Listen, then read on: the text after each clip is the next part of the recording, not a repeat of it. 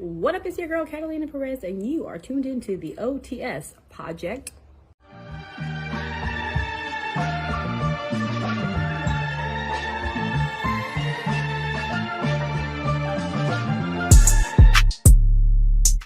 All right, ladies and gentlemen, welcome back to the OTS Project here for episode 34. If we're recording these in batches, so if this is my calendar has lined up, this should be coming out the week of my birthday. So that's why this is the topic. Happy birthday! That's put here. Yeah, happy birthday to me. This is why the topic is the topic, because it is my favorite game, or at least the second one. So we're going to talk about Saints Row. We have no notes. We should have some notes. Theo has not played all of them. I have played all of them. But we're just going to yap for like an hour about Saints Row. So our experience with this, I'll let you go first because I could talk a lot more. Okay. I feel like my experience may have started with 4, because I don't think I played 2 until you showed me 2. And that was after the fact. Right. But I'm pretty sure my first one was 4, which is a very, very wacky one to get into. Yeah. Well, I mean, they're all kind of wacky in their own way. But that one was like wacky to like the core, pretty much. Because it was all like the superhero stuff and the simulation. And Aliens and shit. It was very, very wacky. Keith David was the vice president, which I thought was very cool. But that's besides the point. Right. But that's just because Keith David's goated. Right. So that was a pretty wacky one. I do think it was fun, like gameplay wise, but like in terms of like story, it was definitely very, very wacky compared to like Saints Row 2, which is very more. I don't know if I want to say grounded, but just has more quality to it in general. Because you showed me Saints Row 2 when after I was talking to you about Saints Row 4 at some point. Probably you're like, "Have you ever played 2?" And I was like, "No." Okay, I'll get you on 2. Right. And then you did get me on 2. So that's a life-changing experience. It's a life-changing experience because you did the same thing for Logan. I'm pretty sure you told me about that. But Saints Row 2 was definitely a lot more fun to play, and just had a way better story in general. Right. Even though I did try and make it as wacky as possible, because I'm pretty sure like the second we found that underground mall, I got like an alien costume and a chainsaw. And so for the rest of the game, I would just play as a British-speaking alien with a chainsaw and just be killing everybody I could. Right. Which probably not the best way to play the game, but that's how I play the game. Right. Yeah. So I have more of an experience with this, obviously. So I remember when I was younger, I wasn't like really allowed to play GTA. When I was really young, I could play it, but it had to be on mute. But then my mother, I think, realized even on mute, it's still there's women naked and sex and da. So it was not great. So at some point, it was really just you're not playing this game. So I never played like GTA 4 until like I was an adult and things like that. Right. So I think I had a friend over like during the summer one day, and my friend, we were like playing Rock Band and all this stuff, and my friend was like, "You don't have Grand Theft Auto?" And was like, "What kid doesn't have Grand Theft Auto?" Like, you know what I'm saying? Of course, like being like, "What a weirdo, you don't have Grand Theft Auto." So I do remember my father owning a pawn shop. He had video games all the time. I'm sure you and me both probably had multiple video games from his pawn shop over the years. For sure. So I think I called him at work, and I was like, "Hey, Dad, when you're coming home, do you have Grand Theft Auto?" And he's like, "I don't know, fucking know." So I was like, "If you have Grand Theft Auto or like a Grand Theft Auto-esque game, could you like bring it home for me?" And he's like, "Yeah, whatever." So he came home, and I think it was the first Saints Row. It was just Saints Row, and so clearly he didn't have like GTA or something like that. But again, like even from the first game, you could tell as soon as you look at the back, there's like people holding guns and da. So it clearly was GTA from Wish, you know what I'm saying? Like Temu GTA or whatever. So he brought that home, and I think at that point it was almost even useless because I think my friend probably went home because it was probably like 8 o'clock at night. But I started playing it, and I was like, "Whoa, this game is cool!" And this is the first one. Right. So I'm like, "Whoa, this game is really cool. What is this game?" So I was playing it, and whatnot. How I got Saints Row 2, I don't know. Like, I played the first one. It appeared. Right. It just manifested itself into my library at one point. The Saints Row gods gave it to you. Right. So no, I played the first game. I still have never beat the first game, which is funny because I think I was so young that I never beat it as a kid. And now, that first game is only on the 360. Right. Which I do have a 360, and I have the game. But that shit is so old that, like, because, like, 2 or 3 years ago, I was like, I have to. How can I not? This is my favorite shit. How can I not beat the first one? So I did try it, and there's like one mission. I don't know if it's just the disc or the data on the disc. There's one mission that's just like glitched, and you cannot go past it. So I'm like, well, I'm cooked. I can't. So I got as far as I could. So to this day, I've still never beat the first game. So played that game, and I loved it. I thought it was great. So I'm sure at some point I probably went into the pawn shop and just saw Saints Row 2 because it was probably already out at that point. And I was like, there's a fucking second one? What the hell? And so at some point I got the game. And obviously this was the greatest decision that myself or somebody made for me to give me this game. Because then everything changed. Because like that game is just, to me, is like the best game ever. It's just so good. The amount of customization in your character, in your cars, in the ability to purchase businesses and purchase multiple like safe houses and stuff. Because in the first game, that's not like a thing. In the first game, you might be able to buy businesses, but you can't buy safe houses. You have to unlock them like as you go through. And the game's pretty hard. So like as a kid, I never had anything other than like the first save house because like I could never get past that stuff. And again, as a kid, I wasn't worried about playing the game as much as I was just like, I just want to drive around and kill people like you would do in GTA, you know? So yeah, so in the first one, like you had to unlock safe houses. So in the second one, being able to just like use cheats to buy every house and is like so cool. So I would just like, I was like the role playing master, I guess, at that point as a little kid, just like role playing, just like as my guy, just driving down the street. I'm gonna drive down to my penthouse today and go pick up, my jet or whatever from my airport penthouse, and saying just like role playing. But that story is so good. It is such a good story with all the different gangs, and all three gangs are very like fun to interact with and have great stories in themselves. So we'll just dive into Saints Row 2 because like you didn't play one and I haven't beat one, but that also has a fun story. There's definitely stuff like Aisha has a bigger role in the first story than the second game and stuff like that. But yeah, second game, you break out of prison. I've played this game so many times, like I could just probably memorize the whole first level at least from step to step. Just like you make your character, you and Carlos break out of prison. You're fighting through the prison. You get on a damn boat with a damn turret gun on it, and you're shooting police boats and helicopters and stuff. Which is kind of funny too, because you do all this crazy stuff that would obviously put you on like high alert. And you finish the mission, and it's just like Carlos is like, "All right, man, you're free. See ya." Yeah. And then it's just like now you're in like a prison jumpsuit on the side of the street, and it's like, "Go buy some clothes." And I'm like, "Dude, they would still be looking crazily for you. Yeah. That damn SWAT team would be coming after you." They wouldn't have lost you in the first place. Right. But so yeah, that's funny. So yeah, then you just kind of go through the tutorial and you buy some clothes and get weapons and stuff. Then you find out that Johnny Gat is going to court and stuff. By the way, Johnny Gat, one of the greatest video game characters ever. Such a good character. So yeah, you go, you gotta go help him out. That's one of my favorite scenes too, is him in the courtroom talking to the judge. It's so funny. It's so funny. I thought the statute of limitation would have, exempt me from this, and the judge is like, well, there's no statute of limitation on murder. And he's like, well, why the fuck not? So good, bro. Such a good character. Right. So yeah, then you break him out. You go to the Forgive and Forget, and you lose your wanted level, which is a hilarious mechanic in a game. But I guess it makes sense. So yeah, and then you just kind of start rebuilding the Saints, which I just think it's such a fun story, such a gripping story, but such a fun story. Just like going through, and it's like, all right, well now we need some people. So then you hear about this girl Shandi, you hear about this dude Pierce. You know what I'm saying? You go track down your friend Carlos from prison. Like, just really fun the way that they like mapped it all out to where.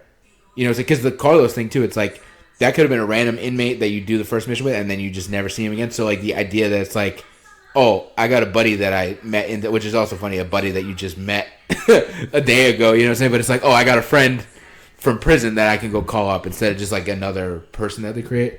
And then, like, those all have, like, I don't remember all, but I remember the Shandi one. I think it's, like, you have to impress her by, like, thrilling her or something like that. So you have to, like, drive around with her and like hit ramps and all this crazy stuff. Like, very fun missions, just the idea of that. And then I also love the customization for the gangs. You can customize your gang as much as you want with what they wear, their what they drive. The headquarters itself, once you like actually build it back up, you can customize that. Hilarious mission when you go to clear it out and you're just killing hobos with like sticky bombs and stuff like that. That's crazy, but it's so fun. Killing hobos is my favorite pastime. And bald people. Yeah. Oh God. Yeah. Oh man, I wish I could kill some bald people. No. Put it on a shirt. Right. Yeah. Just really fun being able to like build that up and whatnot. The customization in the apartments too. You can there's like 3 different layouts off rip, and then you can change what type of TV you got and all that stuff for each apartment. Just incredible customization. So yeah, you start rebuilding the Saints, and then I don't know what else is going on. Then you put one of your new people in charge of each gang. So it was Pierce. Pierce had the Ronin, I think. I think so. I think Johnny had the Ronin. I think John had because he was actually like fighting them and stuff like that. I remember. I think Pierce may have had the Pierce gets bitched. I think is what it was, because I think it was like Johnny gets the Ronin because that shit gets personal, which we'll dive into. Yeah. Carlos had the Brotherhood. Yep. Shondi had the Sons of Somni, but I think when you start doing this, I think you put like Shondi and Pierce on it, and Shondi just like shuts him down on every aspect, and then like the boss, which is your character, just constantly takes her side. So I think throughout the game, Pierce is just like, well, what the fuck? What the hell's going on? I think though in the end game, I think Pierce kind of leads the charge on the Ultor stuff. I think like that's where he comes to play, if I remember correctly. I think he has like more of the intel on like Dane Vogel and things like that. So yeah, and then they give you the option to just choose kind of which ones you want to go through. Like you can I think you could just straight up do like one whole gang before even touching the other 2, which I think is what most people probably do. So you get the Sons of Somni, the Ronin, the Brotherhood. I don't know, you wanna touch on them? I feel like I'm just yapping. So no, I mean you have played this so much more and remember it so much better than I do that I didn't even remember the other 2's names other than the Ronin. That's the only one that I really remember the name of. But like they're definitely very fun and diverse, like gangs and stuff like that. And I feel like that was always super cool. The Ronin is obviously my favorite. Yeah, that's my favorite. I think that it's just where all the personal stuff comes in, and they just look the coolest too with all the like yellow suits and stuff like that. I feel like that looks sick. One thing that I will say about the game, which I wasn't a big fan of when I played it, was in order to play these story missions, because I love story missions. I know exactly what you're saying. You have to play these effing mini games to you get gotta respect. to get like tokens. You have to get respect. You have to get respect to get like tokens to then use those to play the missions and stuff like that. And I was like, that kind of pulls me out of the story. Because now I was just getting really into the story with the Ronin and stuff like that, and now all of a sudden I have to go and like fling my body across town to get like 100,000 points to get tokens. Right. So then I continue on with that. But it just kind of sucks me out of the story, which sucks. The story is really, really good. Right. Yeah, I remember as a kid that was always like such a big thing for me. I was like, man, I just want to play the missions. I don't care about. I mean, I'm sure there's some kids that love the stupidness of throwing yourself across. Those town. games were fun. It's just I don't want it to pull me away from the story. Right. Especially if you do like some super like if you went and did the mission where Carlos dies as this really emotional scene, and it's like, and now go to Mr. Genki's Fun Time Adventure to go do whatever, and it's like, dude, really? Like what? Come on. Yeah, so I do agree with you that, and I remember as a kid all the time I wished, because I used so many cheats. I had a money cheat, I had a never die cheat, which was great because not that the game was hard, but when you just want to play the story, you don't want to have to keep respawning because you die. So like I would put that on, and like the unlimited ammo. So I'm like, I don't have to worry about anything. I can just experience the story. And then it'd be like, I always wish there was a respect cheat. And I think in the first game there may have been a cheat for that, but in the second game there wasn't. That's probably why I wanted it so bad, because I'm like, I think it's in the first one. Why would what I'm saying? Right. But I do. That's like one of my only gripes about that game is that is a thing that you have to go do those stupid, fun but stupid mini games that, either A, you don't want to do it because you're just wrapped in the story, or B, you don't want to do it because you're like, okay, I'm just kind of tired of doing this. Like, I wouldn't even say it's a lazy thing. It's just like I'm just here to play this. I'm not here to play this. Exactly. So GTA does a good job with that because they do that in a way, but it's not a respect thing. They do it in a way of like, in GTA 5, it'll be like, you do a set of missions, and then it'll be like, Lester needs time to do this, so go do some other stuff while you wait. And so, like, normally, you could just wait, and, like, 2 or 3 days will go by, but normally I think it's like, if you go do an activity, almost once you're done with the activity, I think it is when, like, Lester will call you. And you can choose whatever activity. It doesn't have to be some, like, you do set thing. Triathlon, Strangers or Freaks stuff. Right. So they do a better job with that for sure. But, so you go with the gangs, you start diving in.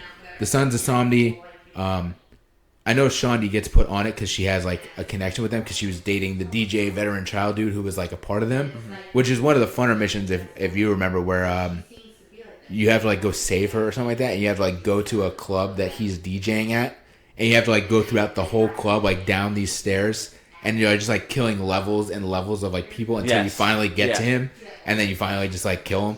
And then I think same thing with like GTA, where sometimes I think in Saints Row games, when you do something, you'll hear it on the radio. So I think like a day later you'll be driving and you'll hear like news report, iconic DJ veteran child found dead at nightclub, and I'm like, yeah, it's the same thing with like GTA. I love that in-world stuff that you hear in those games. It just it immerses you so much more into like the world.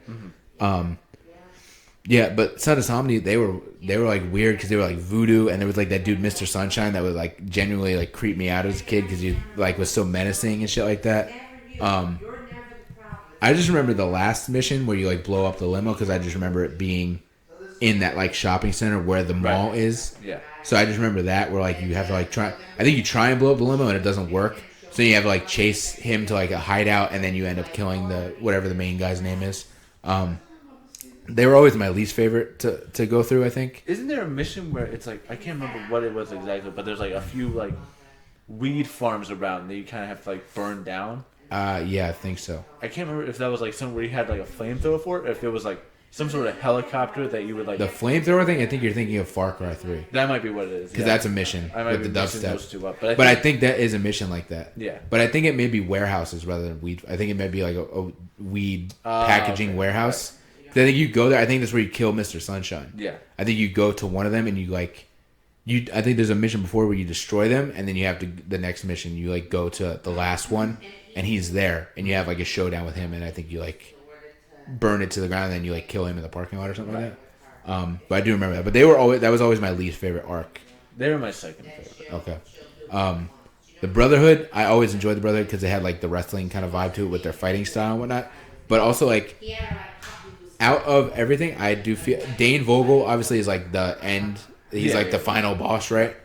For Ultor. But I always felt when I played it, like Marrow is supposed to be the main villain. Mm-hmm. Like I think they just build him up more and make him more prominent throughout the story. That as a kid I always was like, yeah, Marrow's probably like the main villain outside of like the Ultor stuff. And I think even when I've looked it up, I think they do say like there's no specified order of how you play it, but the Brotherhood storyline is normally supposed to be like the last one that you do. Right. So I think he is supposed to be like the big kind of final boss of the game outside of the epilogue or whatever. But yeah, I always enjoy that with the monster trucks and stuff. That has the super emotional stuff with Carlos. Yep. With them. I mean, that shit. I was a kid. I should not have been playing this, but that had me. That's like a.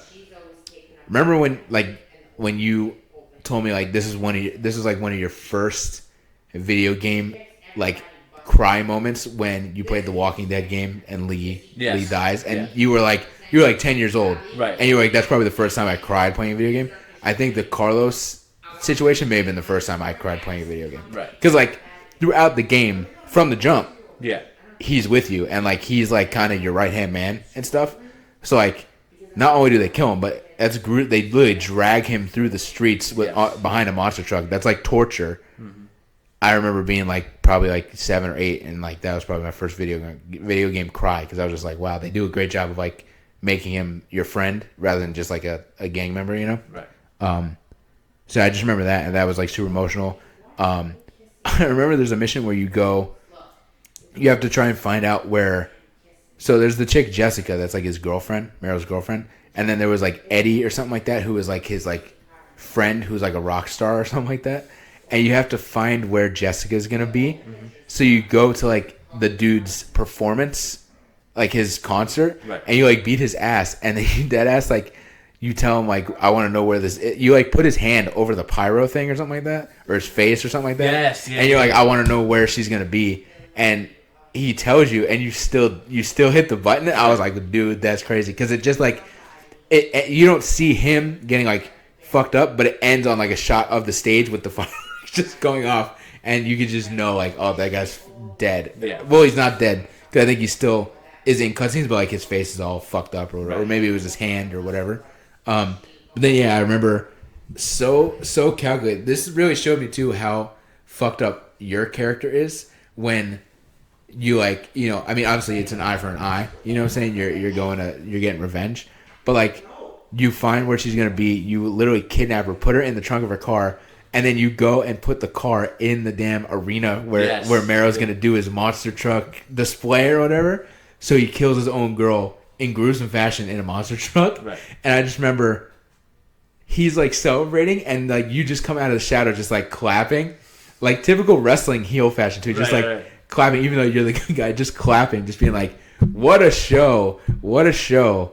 Where's your girl? Like, just as like, did you hear from Jessica? She congratulates you.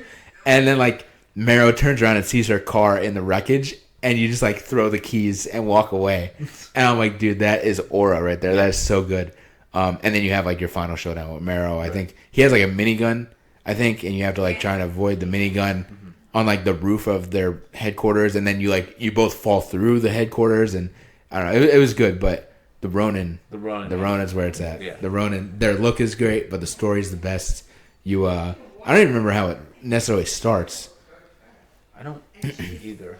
But something, I feel like it was something where, the like old man, which I'm forgetting both of their names, but like the old man, you know, I think he's like wanting, you know, kind of like a businessman thing where I think he wants to. Oh, I think that's what it was. I think the building where your headquarters is or whatever, he owns it or something like that. So that's how you step on the turf. Because I remember once you like are setting up and whatnot, there's a cutscene where the young dude comes like flying in on a motorcycle and like tries to like fuck you up or whatever. Yeah. So I think that may have been something where they own that building or you step on their turf type shit.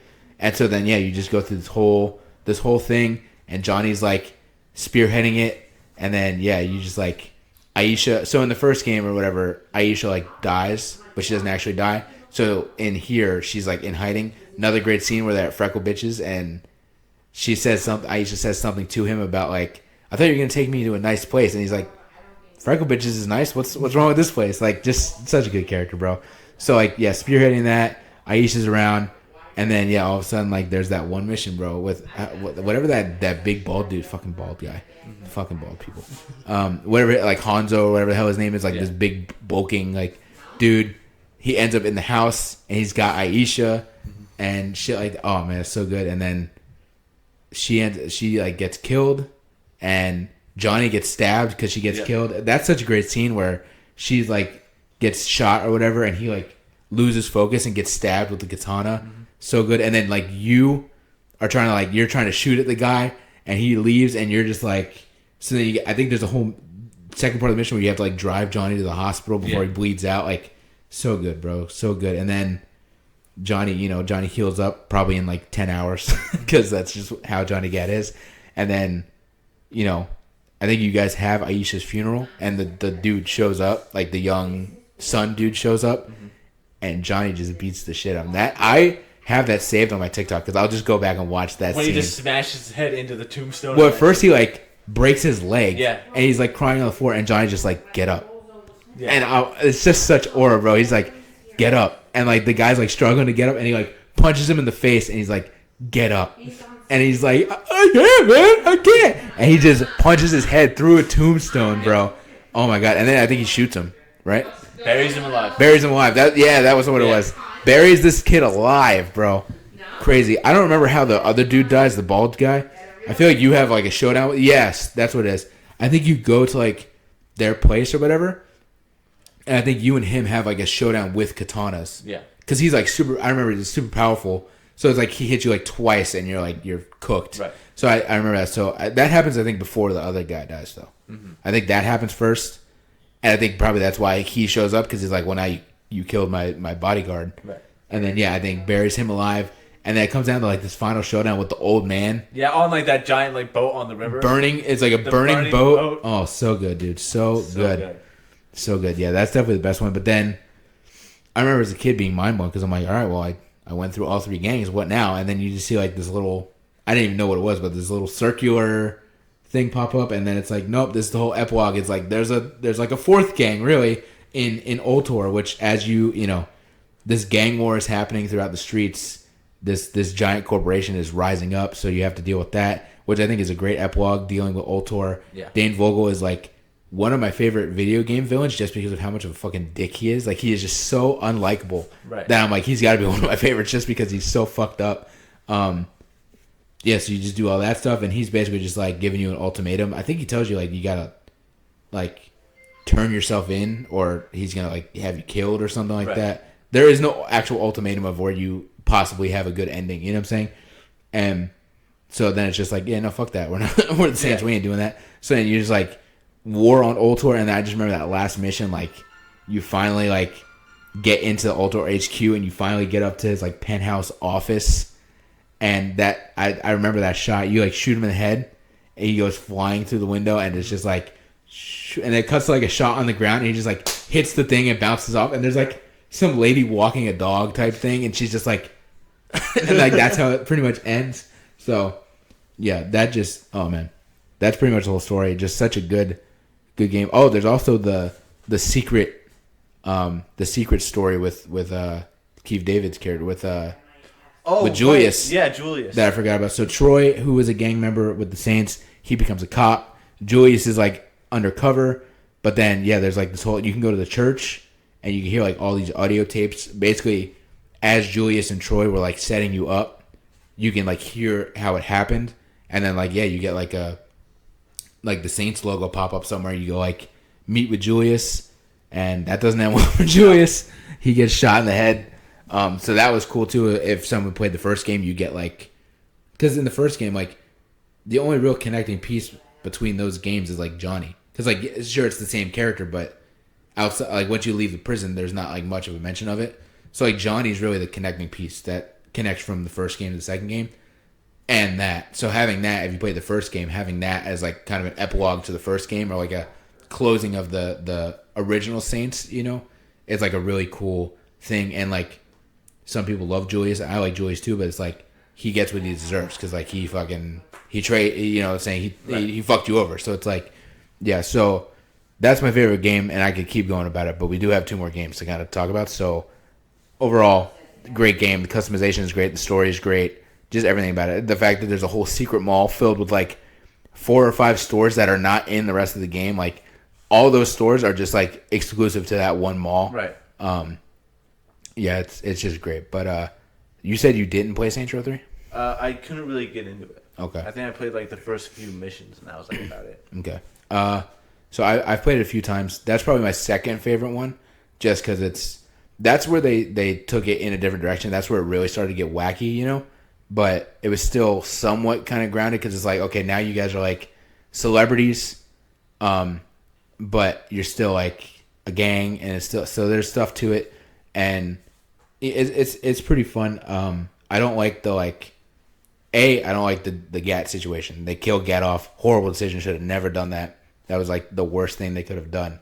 But in general, like I don't really care for you kind of start over. Like you have to go to Steelport or whatever instead of Stillwater. It's like Steelport or whatever. Yeah. I wasn't a fan of that because I mean I get it because it's like, well, you guys are like the kings of Stillwater, so what else is there to do? But I would have kind of liked more maybe of a story of where you stay there and you're trying to like keep your turf rather than having to go take over new turf, you know? So I wasn't a fan of that. But the villains are cool. Killbane, the luchador. Obviously, I love the wrestling stuff. There's a character that becomes like a member of the crew called Angel, who's a wrestler, who obviously is, you know, spearheading that, whatever they're called, the luchadors or whatever they're called. He's voiced by RVD, which is cool. That's cool. Like fully voiced by RVD, but I do think there's like a radio station that I think Christopher Daniels is like the host of a radio station, which is pretty cool. So there is like a good wrestling influence within like this whole right. game. But it is wackier. It is crazy. I know like there's one mission with the Angel dude where like he's got like a pet tiger and you have to like move the pet tiger from his house to the gym, and so like you're in like this convertible driving with a tiger in the like passenger seat that's like scratching you and killing you. Like, so it is wacky, but it's still fun. The damn dildo bat is like, that's, everybody knows that thing right. is insane. But yeah, the villains are pretty cool. There was like, I forgot his name, but there was like this high up guy that you kind of killed earlier on who was like, there's like the syndicate, which is like this guy, whatever his name is. And then there's the rest of like the gangs that are in unison with him that go through him or whatever. I forget his name, but he has like Voltag or whatever. There's like this big Russian dude that you end up like befriending, and then there's like the twins that are like these two twin girls that are like his right hand people. But you end up basically like you kind of like you kill him and you kind of like take these people in a little bit and like work with them to take down like there's the luchador group. There's like I think they're called the Morning Star with I forgot his name, but like there's like that whole thing, and they're like hackers and stuff like that. And then there's like a third one that I'm kind of forgetting or whatever, but yeah, it could be kind of forgettable in general, that game. But I do remember the last mission was the first mission I remember because Gat dies, and I was like, well, that's fucking stupid. But then the last mission was great because so similar to like an Ultor situation. There's called like I think it's called like Stag or something like that. That's like this government military thing that's trying to like control this new place, and so like they get involved towards the end. So like the luchador group is like the last one you have to take out because Killbane is just like so strong, right? And there is a mission which is cool where you have a match with him, and so like you have to like put on a wrestling outfit with like a mask and stuff like that, and you have to like it's like almost like a bone saw thing where it's like you have to like not die for like 3 minutes as he's like trying to get you, and you have to like jump around, which is fun. But then there's like a whole thing where the last mission is like he's still alive, but he's planning on like escaping. And I think the idea, I might be foggy on it, but I think the main idea is like you can't let him escape because if he escapes, he's just gonna like build his gang up somewhere else and then come back stronger. I think was like the idea. So it's like you have a choice of do you go stop Killbane, or this Stag Corporation has like kidnapped Shondi and they're gonna kill her. They're gonna like blow up this like tower or whatever, this like island tower. It's almost like a Statue of Liberty kind of thing. They're gonna like blow this up for whatever reason, and they like kidnapped her and like put her on this like tower thing. So you literally have like you have 3 minutes to drive to one of these destinations. So you either drive to the airport and stop him, or you drive to this place and like save her. And as you're doing this, I Need a Hero is playing, and it is like another top tier gaming moment where it's just like this is. I get goose like I literally remember having goosebumps the first time I played it because I'm like, and playing the second game, I have this connection to Shondi. So the first time I played it, I was like, I'm not letting my girl die. You know what I'm saying? So I went and I'm like, I'm going to save her. So especially when you pick that and you're driving and you hear like, I need a hero playing, it like, ooh, you get like adrenaline rush, bro. You get like hyped. Oh, there's another mission too when you go to like take over the penthouse or whatever. And what the hell is the Kanye West song that plays? What the hell is it? Fuck. There's a Kanye West Stronger. No, it's not Stronger. Oh my God, what is it? I'm gonna look it up. Okay. There's a damn.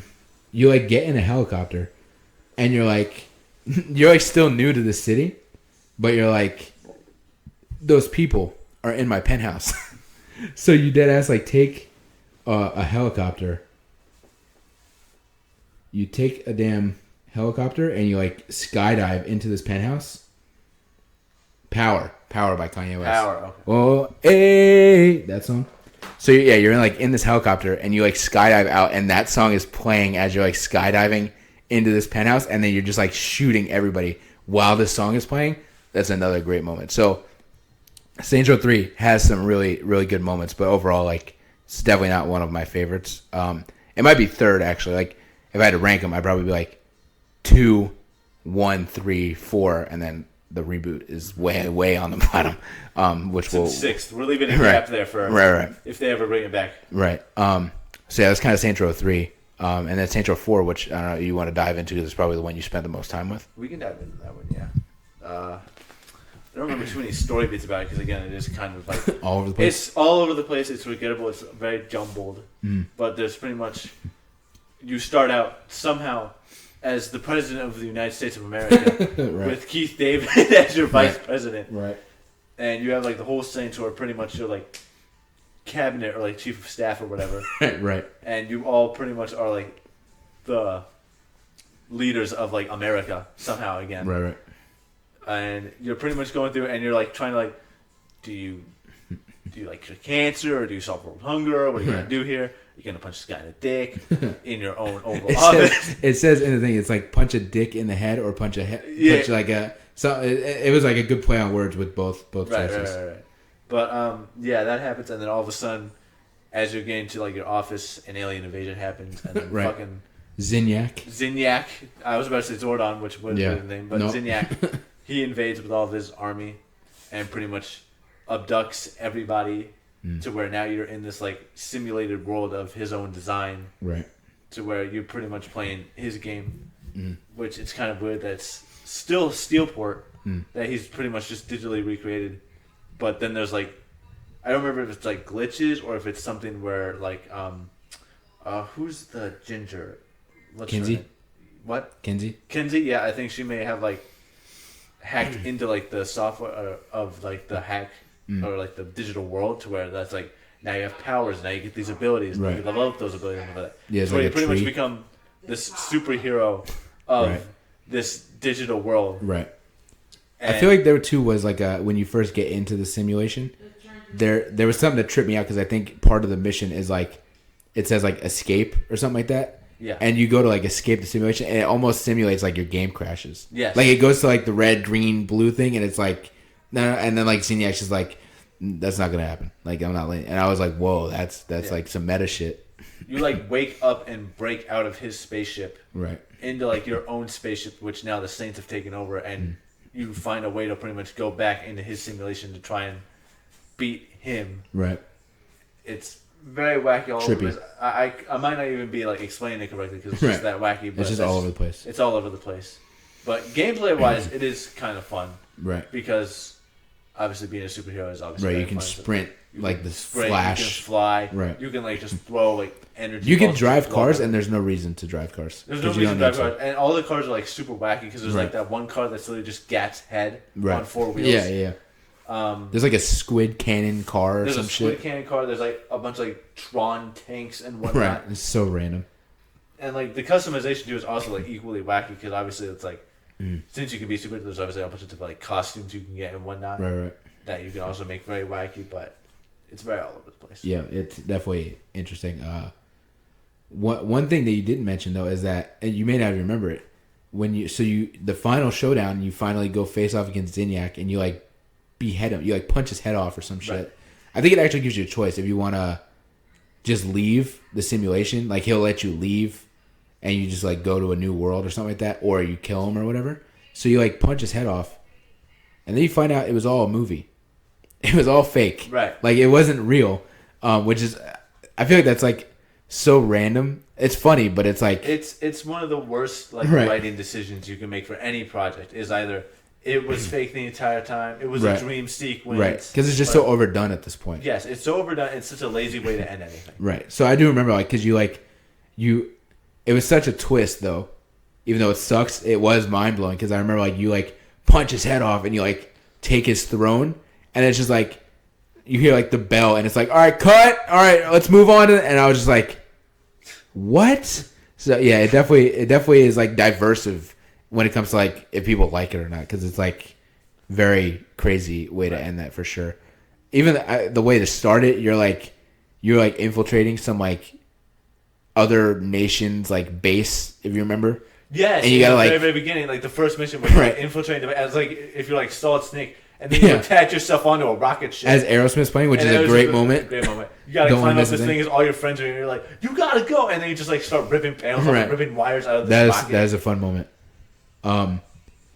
There's certain DLCs throughout each of these games too. Like, so Saints Row 1 didn't really have like a story DLC, but I do know there was like content packs and like, I think there's one DLC that gives you like a bunch of jewelry, like adds jewelry to the game and clothing to the game, like things like that. But there wasn't really like story DLC for the first game. The second game I think had a few of those too, but there is like it's called Ultor Exposed. I don't think you played it because I think I played it once.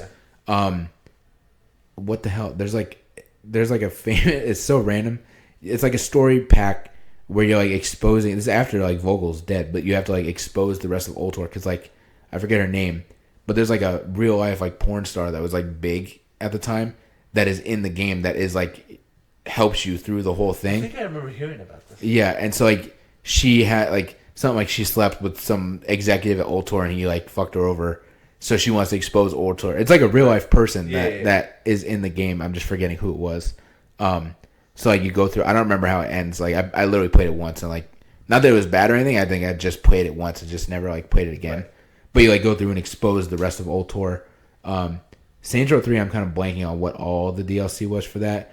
But I think Saints Row 4 is really where it was DLC heavy because I feel like there was a lot of content packs of like the Tron vehicles and all this stuff. But then there's also like the Saints Save Christmas story thing where you're like, it's so random. There was another one that I'm forgetting, but the Saints Save Christmas one, I really remember because it was like you're literally saving Christmas from like evil Santa and like evil reindeers and shit like that. It was very There's random. one where it's like get out of hell and you're like playing is like That was like a Johnny whole Depp. other game though. That wasn't even like a whole. That was like almost like a sub game, pretty Right, much. because they did like release it on its own as like a disc and stuff like that. But it was kind of just like it was like a game expansion rather than like a DLC. Exactly. So yeah, I like how played like that. Far Cry will like do those kind of things with their stuff. Right. Where it's like Blood Dragon. like Blood Dragon, exactly. Right. It's, yeah.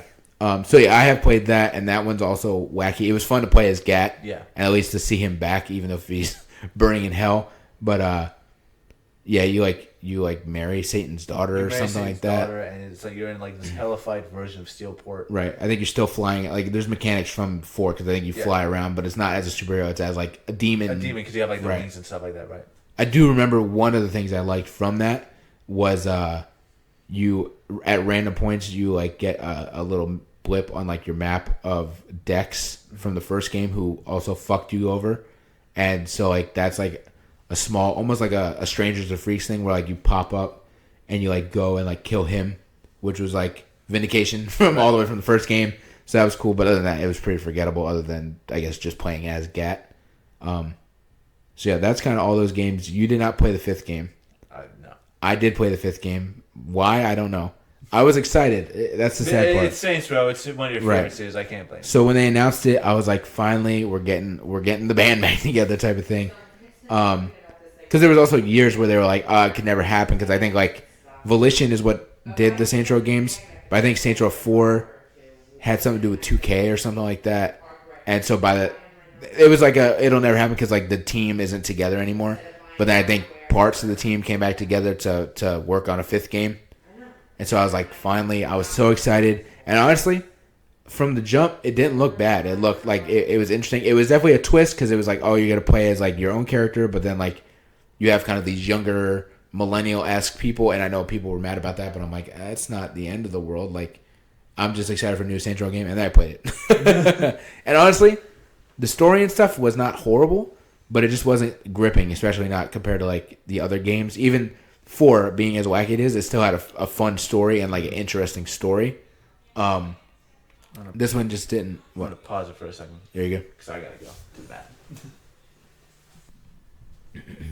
So yeah, I was excited for it, but then like I don't know, it just wasn't horrible, but the gameplay kind of was buggy and glitchy, and like the story just wasn't gripping. I don't even remember much of it other than like you're like some trainee for like Stag or something like that, and you end up going like AWOL. But in your mission, you were working with some, I forgot his name, but some like Spanish dude, who I think you kind of go AWOL together, and then you like go your separate ways, and then you start building up your crew again, type deal, and you bring him in because you're like, this guy's like great gunslinger type thing. Like he's stealthy, he's a little weird, but I think he's good. Like he helped me get out, things like that. And so basically you like build up the Saints with your crew and this guy, and then he ends up like betraying you, and he tries to take over the Saints. And I'm not gonna lie, I don't even know what I did. I didn't have cheats enabled. I deadass like showed up to fight this guy and like one-shotted him. Like I don't know if they designed it to be that way or what, but I remember like I was like, all right, well here we go. This is like final boss level. I got to fight this guy who's like some crazy murderer and da da da. I remember I probably shot him like maybe 4 or 5 times and he died. I was like, wow, that was it, dude. Like what the hell? So yeah, it wasn't great. They did have the business thing, which was kind of fun, and they added to it from like 2 and 3 to where now it was like kind of a GTA style where you could have kind of activity. Like in GTA, when you buy like Smoke on the Water, you'll get a call that's like, yo, our thing just got robbed. Can you go get it? Mm-hmm. It wasn't necessarily like that, but it was similar where it was like whenever it was kind of like a mini game thing. Like you buy some nuclear radiation plant and whenever you want, you can like roll up to it and start like a mission, and it'll be like you gotta drive 8 crazy leaking cans of nuclear waste to this place within the time, or else you lose. But if you finish it, it increases like your profit each day or whatever, like things like that, which is pretty fun.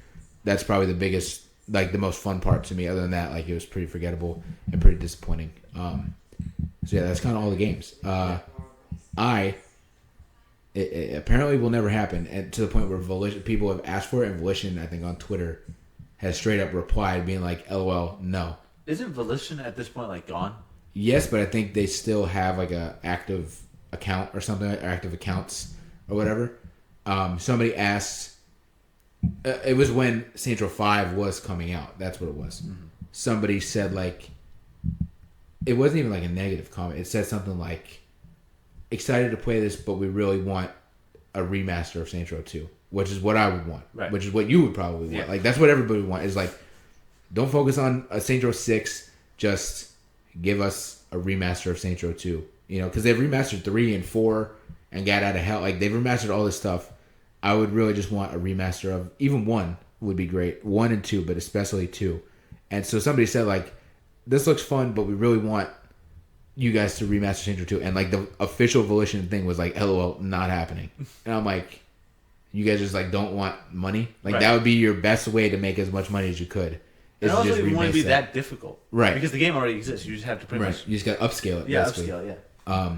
But for whatever reason, they don't want to do it.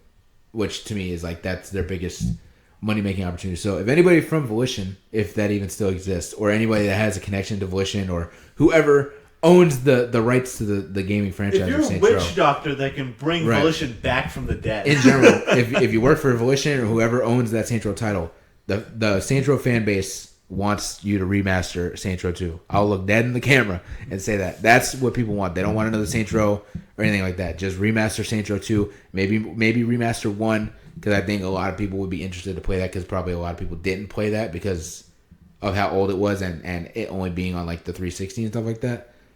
They have to do what they do with like the Tony Hawk Pro Skaters, and where they just put them both together, the same thing. Yeah, something like that. But that's what the Saints Row fan base would definitely want. I can definitely say that confidently. Yeah.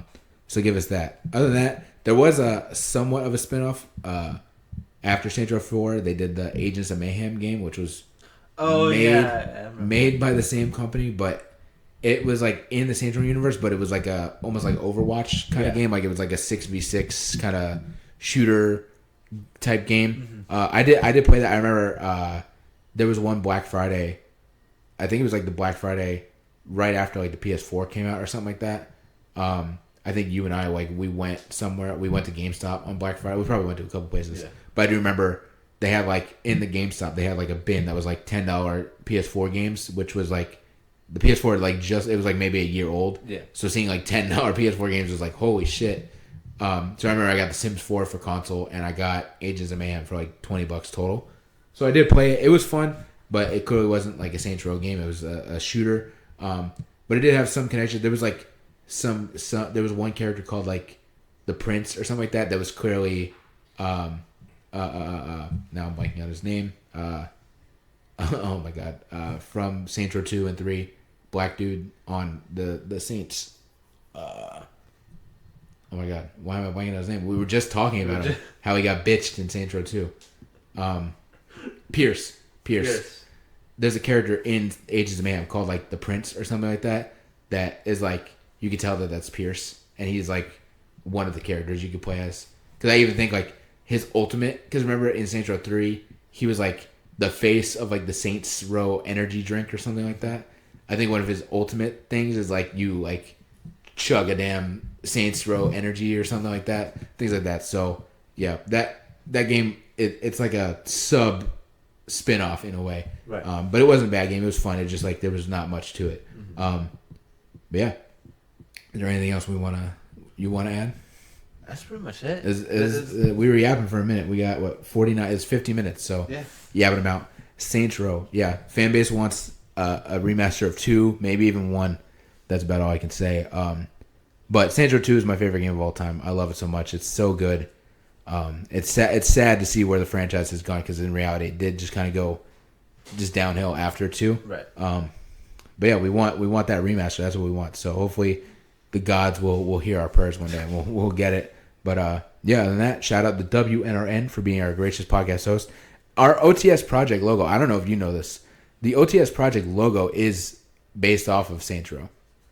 Yes. I remember. Yeah, I remember that. Yeah. Because I remember when I told, not the one that's on our border here. That one's kind of like a weekend until dawn kind of thing. Our actual like with the crescent like T and stuff. I remember telling Jesse like I kind of want like a Saints Row vibe to it. So that's how much I love this. Is that my company that I've made, my little brand I guess that I've made, is kind of based off of Saints Row. So don't sue me because I didn't steal it. It was just inspired by. Who's going to sue you? Volition? They don't exist anymore. Yeah. That's now where we get sued. Now they're going to be like, oh, we don't exist? You know what? I don't have a lot of money, but if you sue me and that's how I can contribute into us getting a remaster, because I somehow fund the remaster because y'all sue me, then that's what we got to do. When I get out of prison, I'll be playing it. So yeah, we will see y'all next week. I hope you guys enjoyed this episode.